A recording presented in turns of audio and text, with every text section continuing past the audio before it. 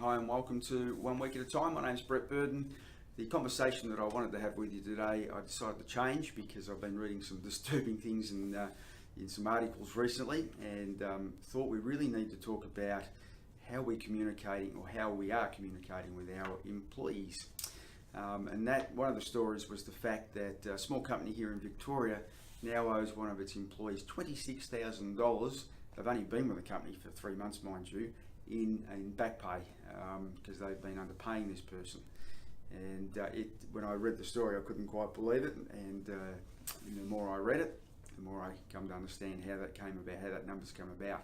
So it's pretty scary, and I won't go into too much detail right now, but there was a few other articles on similar lines that I've been reading, so I thought, let's just talk about this, let's get this out in the open and fix really quickly so that we can move on and do some more of the exciting things. So, position descriptions and employment contracts are an absolute must, and if you haven't got them, you've just got to get them organised.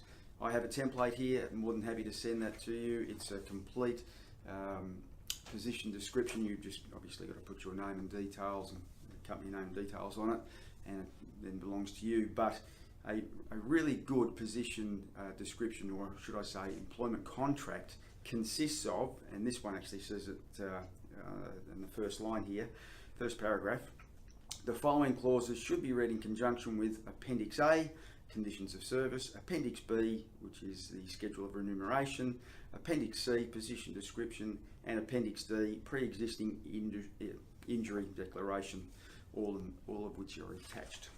So they are all separate documents for this contract, and the reason they do it separately is because if this was all one document, and if you change one thing, let's say for example the pay rate goes up, or their position slightly changes and they're doing a different role, then if that was one document, that whole document becomes null and void now. So by having appendixes, it still means the basic contract is still valid. Okay, so making sure that you've got appendixes. Now, as I say, you can get this thing from me if you want, if you haven't got them already in place. My suggestion though would be for you to go and see a HR person, HR law organisation who can specifically design a contract for you, and specifically for your application. Really quick and brief today. I didn't want to go and talk too much about this. The fact is, if you don't have these, you aren't leading the organisation. Leadership is all about how we communicate and making sure that our expectations are spelt out clearly. An employment contract does that really well. Well, it's one way of making sure that it's done really well, and one way of certainly protecting yourself. So please, if you haven't got these, make sure you get it done ASAP so we can get on and talk about more exciting things about how we can actually make money and get our freedom. Thanks very much. Talk to you soon. Bye for now.